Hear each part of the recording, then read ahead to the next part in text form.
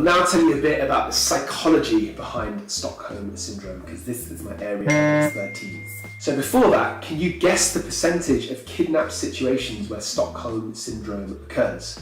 Answers at the end of this episode. So Stockholm Syndrome by definition is when captives feel the opposite of the fear and disdain towards their captors which outsiders, yourself, myself, might expect. And there are a few key components. First of all, the hostage develops a positive feeling towards the captor. More than that, they actually buy into the agenda of the captor. There has to be no previous relationships, so they have to be strangers. There has to be a refusal of the hostages to cooperate with authorities or to get the captors in trouble. All of these are relevant in Patty's case. So in terms of the psychological theory, the bond is initially created when a captor threatens the life of a captive and then deliberates. So then they choose not to kill them. So the person who's held captive has an intense relief, feelings of gratitude, and the victim's desire to survive and to please the captor intensifies and solidifies over the next few days of being held hostage. And in theory, because the experience is so intense, even minor acts of kindness in the midst of all these horrible conditions and in this,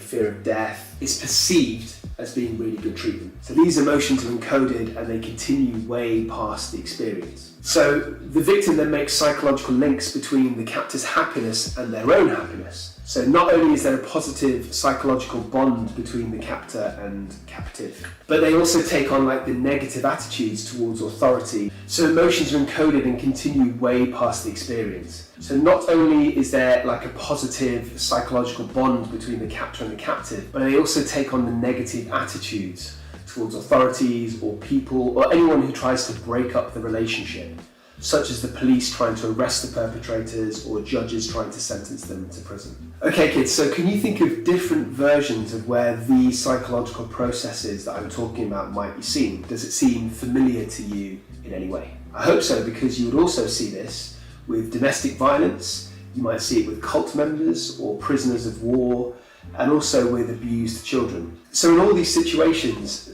there is an emotional paradox, which is the same as what happens in Stockholm Syndrome. So the victims are either being sympathetic towards or even protective towards the apparent perpetrator, who might be physically or even sexually abusive towards them.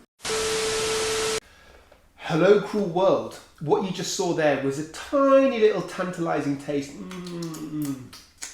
kind of nutty, of a much longer episode. You should go check it out if you're interested. The link will be in the description below.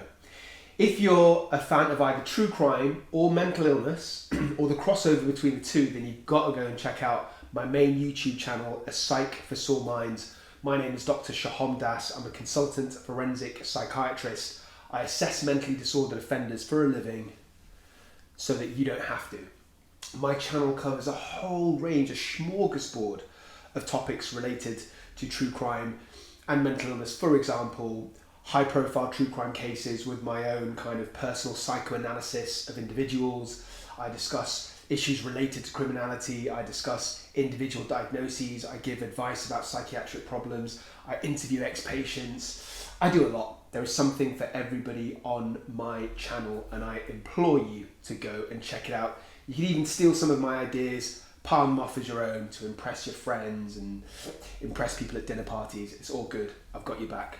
Until next time, stay euthymic, check out my channel, and please do not forget, I love you.